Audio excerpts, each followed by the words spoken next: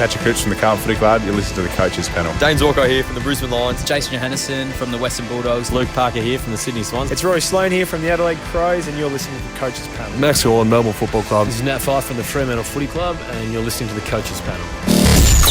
After today, my friends, there are just 3 players left to reveal in the 50 most relevant. Number 4 today is Lachie Whitfield. You got MJ. Hope you're enjoying this 50 most relevant because we are almost done for 2021. To join me to talk about this GWS superstar and fantasy footy beast, I've got Kane from the Coaches Panel on. Hello, mate. How you doing? Very well, MJ. Lachie Whitfield. I knew he couldn't be far away. I didn't know if he'd quite get to the top, but you've slotted him in right at number 4. Well, last year he was number 1 in the 50 most relevant, and certainly if you owned him last year, you would have been mostly happy with the season that he delivered for you. So, look, you know, it wasn't the best of years for him, but it certainly wasn't a shocker from that perspective. We'll deep dive into it in a moment. Just the 26 years old. He's moved around a little bit from a positional allocation from Champion Data. Just 2 years ago, defender. Last year, forward. Back to defence for us in this year. And there are some pretty tasty scores for us across the formats to look at. His top AFL Fantasy and DreamTeam score was against the Adelaide Crows. It was a 122. While in SuperCoach, not quite a career high number, but still very, very high. Against the Dockers, it was a 167. If you do want to know what his career scores are, it's a 170 against the Blues in AFL Fantasy back in 2019. While in that same game for SuperCoach, also his career high, a 190. He averaged 85.8 in Dream Team last year. That's adjusted up in AFL Fantasy, multiplying it by 1.25 to be a 107.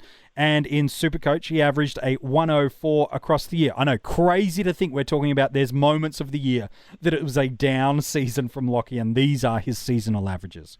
In SuperCoach, he's priced just over 560k. He's 820k in AFL Fantasy, and only a few $1,000s shy of the 800,000 marker. And there are plenty of people that loved Lachie Whitfield last year. Even though he had a little bit of a slower start, Kane, pretty much from round 4 onwards, he was up there amongst the best scoring forwards available for the year. Oh, MJ, he was competing with midfielders, really, if we want to be honest. From round 4 onwards, he went at 94 unadjusted in DT, which is just shy of 118 points. Like, that's right up there with, you know, the best of the best that we had in the midfield. And, you know, your Olivers, your Steels, and we got this guy as a forward. Now, the big dampener was coaches that started Lachie Whitfield last year because of that concussion-impacted score in round 3 against the Bulldogs when he had 10 points in DT and 8 points in SuperCoach. So that clearly was a massive dampener, especially when you've started with him. Yeah. And on the flip side, when everyone else who didn't gets an absolute discount. No-brainer in the subsequent rounds. But he didn't miss a game, which is something that people have been critical of him in the past in his fantasy game, is that he's not on the park as much as we'd like, as much as those other big dogs that when you're at number 4 on this list, you have to contend with. Sure. But when you're not in the midfield line, MJ, we can give it a bit of grace and say that this guy's scoring power can offset a lot of that injury concerns. And like I said, he still didn't miss a game last year. And from that point onwards, he was a legitimate option as a captaincy, as a forward last year, and now as a back this year. Yeah, it's crazy, isn't it? Last year he ranked 6th in the league for total uncontested possessions, 9th for total marks, 15th for effective disposals, and 20th for just disposals in general. We talk about that season in totality. Last year, it was an 85.8 in Dream Team and Fantasy, adjusted up to that marker that we've already talked about just a few moments before, which is up at that 107.25.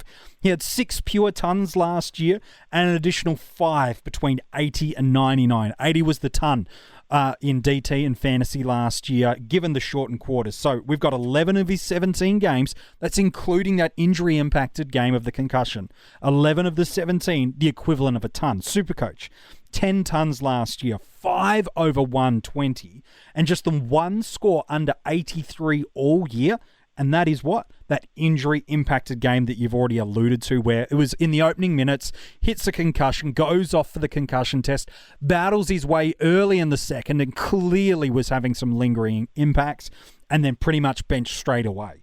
And so there's one score that's under 83 in that format. That's incredibly high scoring floor to go with that strong scoring ceiling for us, because if we take that injury-impacted game out, which again, Kane, there's dangers in doing that, but when it's a guy that was so early on in the game, you feel a little more understanding of doing it, not a half-time injury or a quarter-time injury.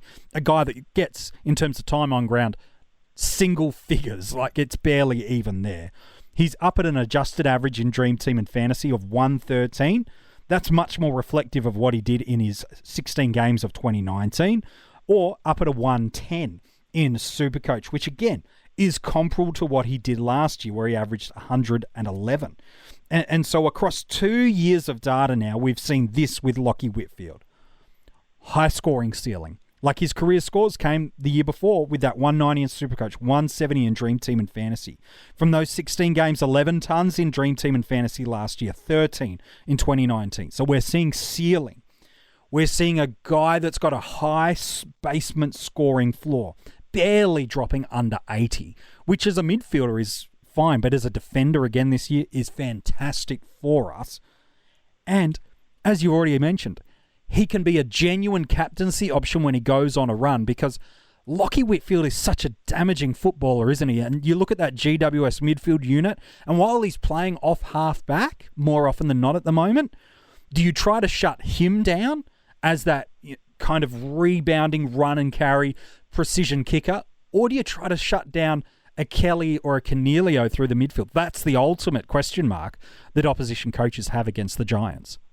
Yeah, well, the thing about Lachie Whitfield's game, MJ, is that he's such a good runner. Yeah. And he works so hard and he plays behind the ball that, one, often where he gets the ball is not a super damaging position. It's a position where opposition teams invite people to get the ball and, try to kick their way through it.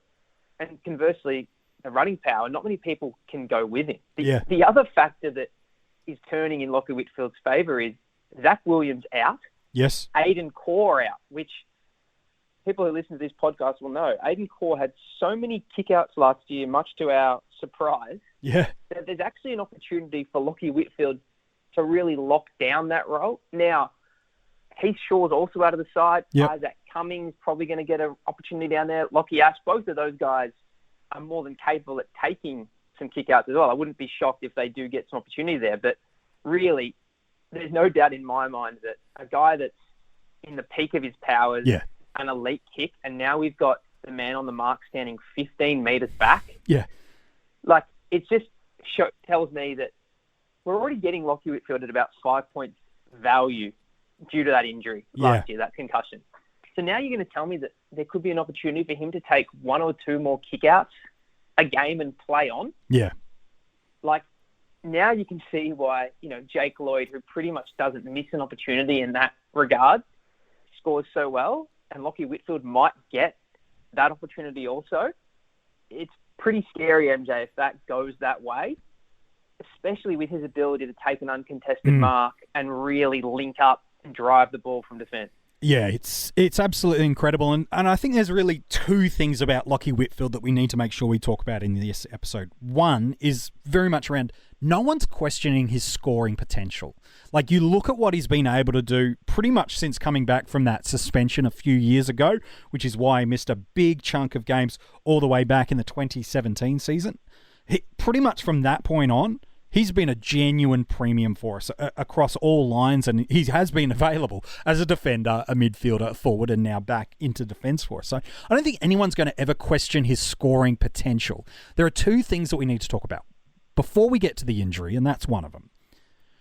Do people think GWS is going to get better, maintain, or regress even further on what they did last year? Because if you think the Giants can bounce back and win more games than not in 2021, then I think there's a real genuine case that Lachie Whitfield could be the number one scoring option in 2021. You've alluded a bunch of reasons of why that could be the case, but statistically last year, he averaged 9.7 points more per game in Dream Team and Fantasy. That's up to an adjusted 12 if you want to play that game.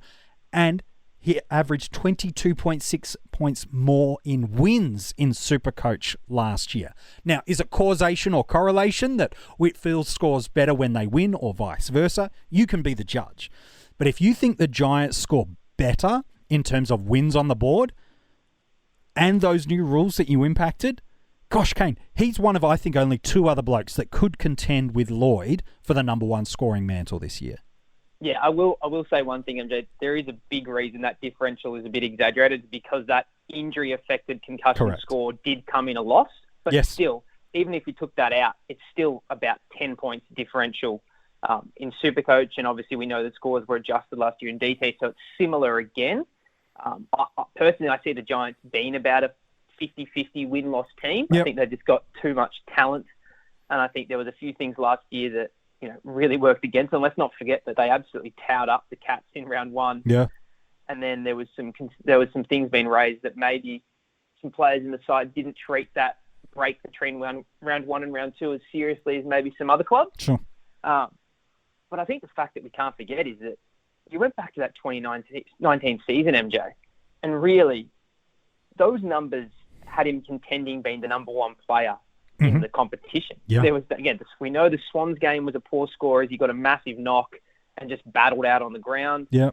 The Suns put a little bit of time into him in that game, yet still managed, score in the 70s, which when everything else is, every other game was almost 130 plus or 100 plus alternating every week.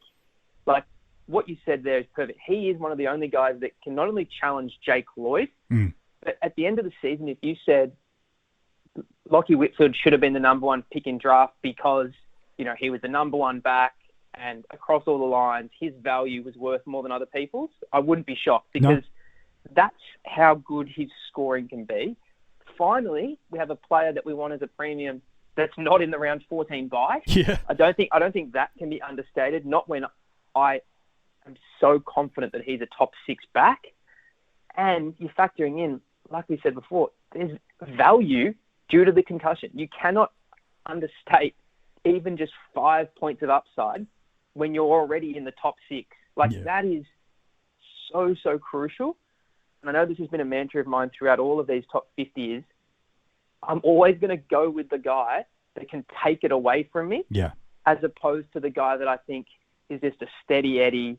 He'll get his 100-ish. He'll be in that range for his line. When you've got a guy like Whitfield that could be the guy, not just a guy in defense, but the guy, I'd rather have him in my team.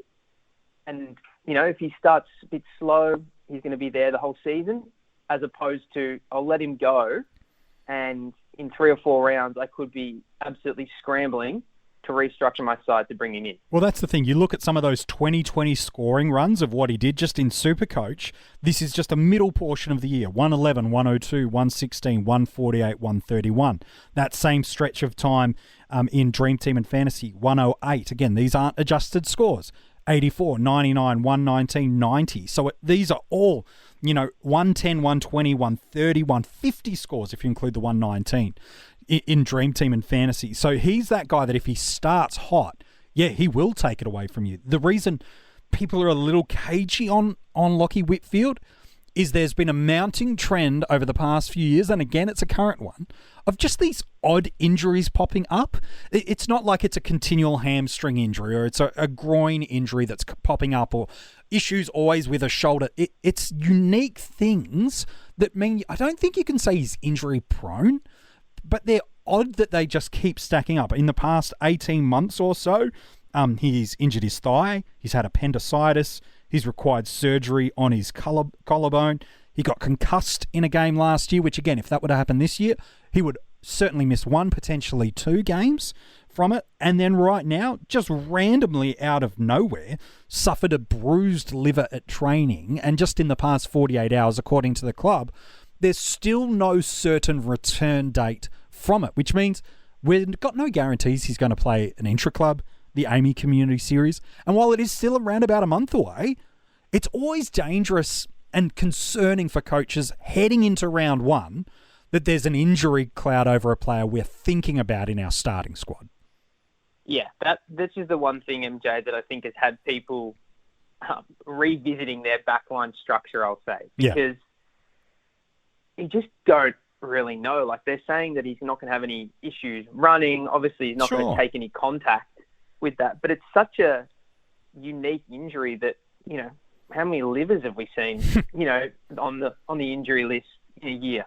Probably less than one. So it's a very Lachie Whitfield injury, isn't it? Just something that no one else had, and now we're left wondering how it's going to impact him. And I think the main concern is if he cops a massive knock in round 1, 2, 3, or 4, anywhere in that early part of the season, what's going to happen to him? Is it going to be something where he has to miss a game or two? And I think that's what people were worried about. Now, the flip side we always say on that is if he gets through the first 5 rounds at 120, you're probably going to trade him in. Yeah. And the likelihood of him copping a massive knock and aggravating it is still there. So that's what makes it really, really tricky. I think, again, at this point in time, we're still, a month away from round 1. We just have to keep our ear to the ground, listen to what comes out of the club. Clearly, if he's playing in scratch matches at the Giants, that's a really positive sign. If he's not, read into that what you will. But I think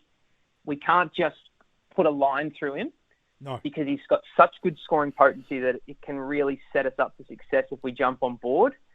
And I don't have the concern that if he's on the park, he's going to play a different role to just sort of get eased into the season. I just think the way he plays his game, it's about hard running, it's about linking up. He's more outside, using the yeah. ball well. Again, exactly. So you can't strike him, but I do understand people just going, what's my backup plan here if this guy doesn't get up? Because it's just an injury that we don't see often at all.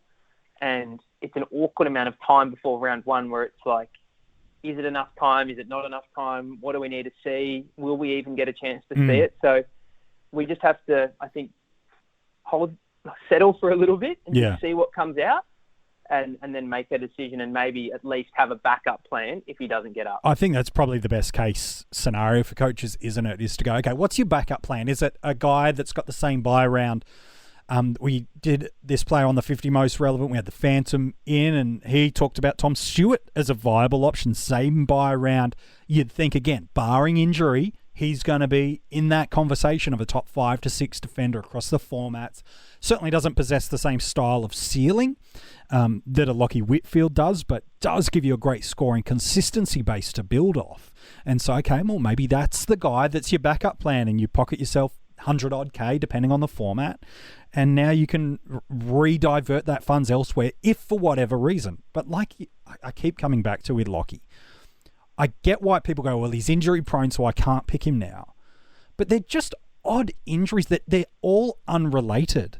Prior to the past 24 months, he'd had almost 36 months of injury-free football. So it's a hard one for me. I go, his ceiling is so good that I don't want to go against him for a full season. He's going to have the ability to do the aerobic and athletic work that's required to keep that fitness base up. And again, he's done most of the preseason. So that's positive for us through there. There's plenty of upside in him. The question will be, what do you need to see in the preseason to start him? And what are those markers? Is it an intra-club match? Is it something coming out from their medical staff? Is it to play the Amy Community Series? Like, what is the marker you need to have to be able to justify selecting him? And then absolutely go for it. If he doesn't meet that criteria, I'm curious on your take on this, Kane. I'm often known for saying, if they've got an injury history and the reason you don't start a player is because of that poor injury history, you shouldn't upgrade to them because the variable increases of them copping that injury mid-season and you miss the good scores. Does Lachie Whitfield for you fit under that same criteria because of the uniqueness of all these injuries? Or is there something different at play? Well, it has to be considered, MJ. And I just want to refresh people that what you mean by that is if, a player like Lachie Whitfield who really, if you look at his numbers, let's just say, likely going to miss between 2 or 3 games a year on average. Mm-hmm. Clearly, every round that goes past and he hasn't missed a game, he's more likely to miss them because history says he's going to miss 2 or 3. So I think that's what Yes. people sometimes get confused by is, what do you mean they're more likely to miss? So Nat Fyfe is probably where this rule came from, is that because he's never played every game. If you wait and gets to around 11, he still hasn't had it, you're probably going to have to cop an injury because it hasn't happened yet. Yeah. I think the main thing with Whitfield is the scoring power is so good that if you miss the run, now you've got multiple things that are an issue. You've got the points you've lost, clearly. Yep. You've got the price tag that it's now going to be. Like, he's the type of guy that can put 100K on his price tag, which is scary when you're already paying premium top dollar levels. it feels, yeah. And now you've got an injury concern that you could be bringing into your side, which again could cost you another trade. Whereas the people that started him, they haven't burned a trade because they had him from the outset. Yeah, the thing that comes back to me, MJ, simply is when there's a guy that I think is clearly in the top 6 in his line, who also has the potential to be the guy in the line, that's someone that I want in my side as much as possible. Yeah. Yes, as we talk about a hot start, we have to consider a slow start. That's just how these things work out. But if that's the case, I'm probably giving up 80 to 100K on the person that can bring him in, at the perfect time. But on the flip side, I'd rather be, hoping for the big scores with his ability than playing it the other way and less scrambling. But I know some people, are wired differently, and they'll see different things, and that's obviously perfectly fine. Yeah, look, if you want to know what that early fixture for GWS looks like, it's a home game against St Kilda. They head over to Optus Stadium against the Dockers. Then they head down to Manuka Oval against the Demons for a quote-unquote home game. They track to the G to take on Collingwood. Sydney's probably where they get their first potential notable tagger in terms of history and who's been able to slow down Lachie Whitfield. That's at the SCG. Then back to Manuka against the Western Bulldogs. Over in round 7 to South Australia to take on the Adelaide Crows. And then just to wrap up the first 8 games, home against the Essendon Football Club. So no real big, outside of the Swans games where you go, oh, there's a tagger that's coming their way. He's clearly never going to have to worry about Matt De Boer, so that's a good sign for him through there. But again, trends change in the game in season. Clubs have had off seasons to be able to adjust and change, and GWS, for one, have had a drastic change to that back line. They need to adjust that midfield. What that looks like, I'm fascinated to see, and equally fascinated, Kane, to see where he goes on draft day. I think in part, how early he goes will be linked to this one thing. When you do your draft and what his injury status is. He's clearly going to be someone's D1, but where do you think he's going to go on draft day, Kane? Yeah, I think he's probably, MJ, anywhere from about, if we're talking a normal 10-team league, I think he's probably between 7 to 10 for people. Yep. We have to knock him for the durability in a draft because, as we know, in a salary cap, we can use that cash to get a like-for-like. In draft, you're usually going to your bench or even, worst case, the waiver wire, where from someone of Lockie's ability, we're talking probably anywhere from 40 points drop-off. So we have to penalise him for that. But as I said, the scoring power is so good.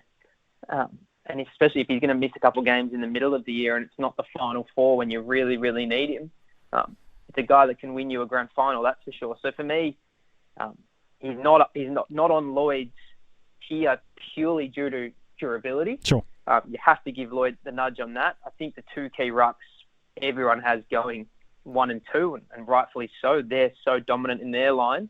So he's probably in the mix with those top 2 or 3 mids that people may have. I think Lachie Neale's consensus around there. Clearly he has more weighting in the SuperCoach game, but personal preference will come into it for the next lot of mids. Your McRae's, your Crouches, your Kellys, Adams. There's going to be a lot of variance there, and that's probably why for me I'd have him at about 7 because with the midfielder being so even, I'd rather have a guy like Lachie who I feel really comfortable is top 3 in his line, and like I've said over and over, can challenge for number 1.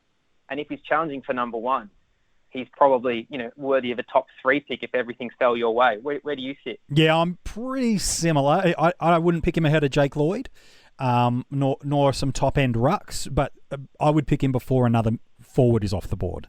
So for me, he's in that middle to late portion of the first round. Again, that might slide a little bit depending on your draft day. If there's still that question marks about the bruise liver, I don't like taking risks in terms of injury risks. In my first round of the draft, I want bankable top-line stars that are going to be available for a really long period of time. And so, if someone's got a question mark about him playing round 1 and you're still drafting in 3 weeks' time, I get why he might slide. But, for me, he's in that middle portion of that first round. Once Lloyd's off the board and you don't like any of the top-end forwards as much, that's probably where I'd be looking. So, picks 5, 6, 7, 8, 9. I still think it's about the right spot to take him. Appreciate your thoughts today, mate, on Lachie Whitfield.